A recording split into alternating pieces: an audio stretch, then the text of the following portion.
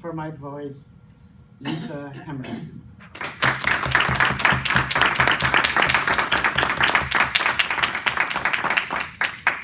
Thank you, Mr. Chairperson. Or Mr. Toastmaster. Good evening, fellow Toastmasters and most welcome guests.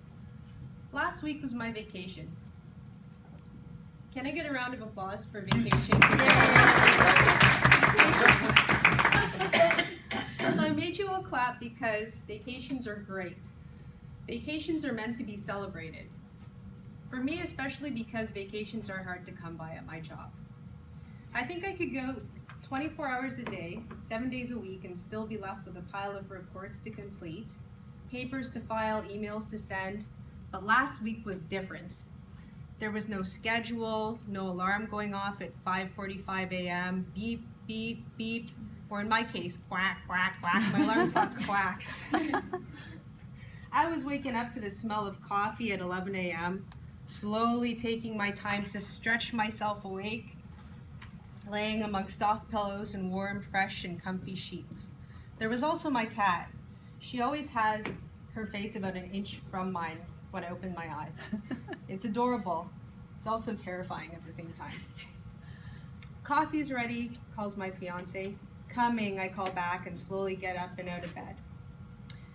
It was a week of long days that flowed into each other, slowly and carefree, peaceful, but at the same time, it's a weird thing to have that much free time. I mean, as a couple, we average 1 day a week together if we're lucky. So basically, I was feeling like the world was our playground for 10 days, 10 glorious days straight. I felt rejuvenated. And it was fun. We had a lot of adventures. We even ended up back here on Tuesday for last week's Toastmasters meeting. It was pretty great, but something was eating at me. You see, underneath all these happy, fuzzy, and carefree moments, I was worried because as last week's attendance clipboard passed from each Toastmaster to the next, I decided that it would be a good idea to write my name beside the column for a speech, and I knew that meant that I would have to give my icebreaker tonight. At first I was excited, but then I felt a little bit nervous, and as the week wore on, it changed into a blossoming concern, and then all at once, dread. It was Sunday night, 10 p.m., Oak Island was on the TV, and I had no speech. No material, no ideas, nothing. My head felt so emptied out. It felt like if you shined a flashlight through one ear, well, you know, you could probably make a rabbit or some other shadow puppet on the club projector roll. The week's done, my vacation's done, all that time, and I've got nothing. You see, it wasn't that I hadn't tried to write. All week I brainstormed a theme, I tried to think of what I wanted to say. I had a book full of notes, ideas, potential topics. But when I tried to expand on these, I hit a brick wall, each and every time. There wasn't a topic that I could find that I could honestly deem meaningful, worthwhile, interesting, or expandable. It was like I had lost my voice. It was unnerving, but also very telling. I started to brainstorm again and to think about what brought me to Toastmasters in the first place. It was my love of words.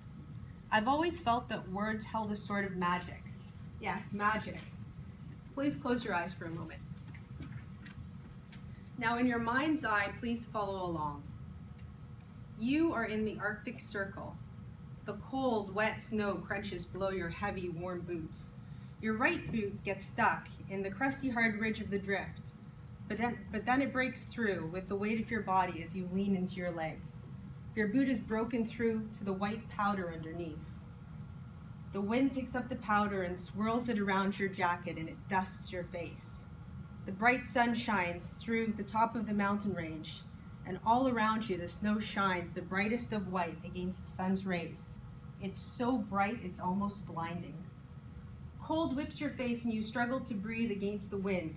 The ice-chilled air fills your lungs. Your thighs, they feel the burn as you trudge through the thick folds of white, 1 foot in front of the next. You push yourself further and further to the peak, 200, 150, 100 meters. A blue and yellow flag flutters violently in the wind. It's so close now you can almost reach out your hand to touch it. Reach out your hand to touch it. You have reached the peak. Now open your eyes. Words. They have the power to transport you across the universe. They also reflect the most intangible emotions by making these communicable. Think about the saying, "I see how you feel." As a young person, I was very antisocial. I grew up in a family where my siblings were substantially older, and I didn't have a lot of friends. In school, I had a mentor, my high school English teacher. We'll call him Mr. E. Mr. E encouraged me to write, which I loved doing. It took me to faraway places, and it allowed me to express the most intangible human emotions through prose. Writing was my outlet and my release. But those days were far gone and many years passed. So as I searched through my apartment for some sort of inspiration for this speech, I looked for old writing that I had done back in high school. But what I found was something that Mr. E had written to me many years after I'd left school. It read, "As I write this, I'm using my attendance sheets as padding. I've been wanting to talk less and less over the years. I'm losing my voice, my me. Words are what saved me when I was 18, and now I've turned my back on them because I'm too busy circling punctuation errors. I've become comfortable, too comfortable. My life needs disruption. I've always wanted to be comfortable, especially as a kid. My life was always so disruptible. I'm not sure how happy I was, but I certainly was alive. I may start calling you Time Machine because you bring me back to a time when I was me. I'm still me, but I think I just got wrapped up in semicolons." I remembered reading this many years before, but now I truly knew what Mr. E had meant. Years had passed, years of growing older and less curious.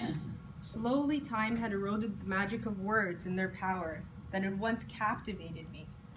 I had become so wrapped up in my work that I'd forgotten the eloquence of self-expression through language. I had forgotten so far as to think that I no longer had words to say. Last week was my vacation. I played, I danced, and I laughed like a child. I whirled and I twirled, and I found my voice.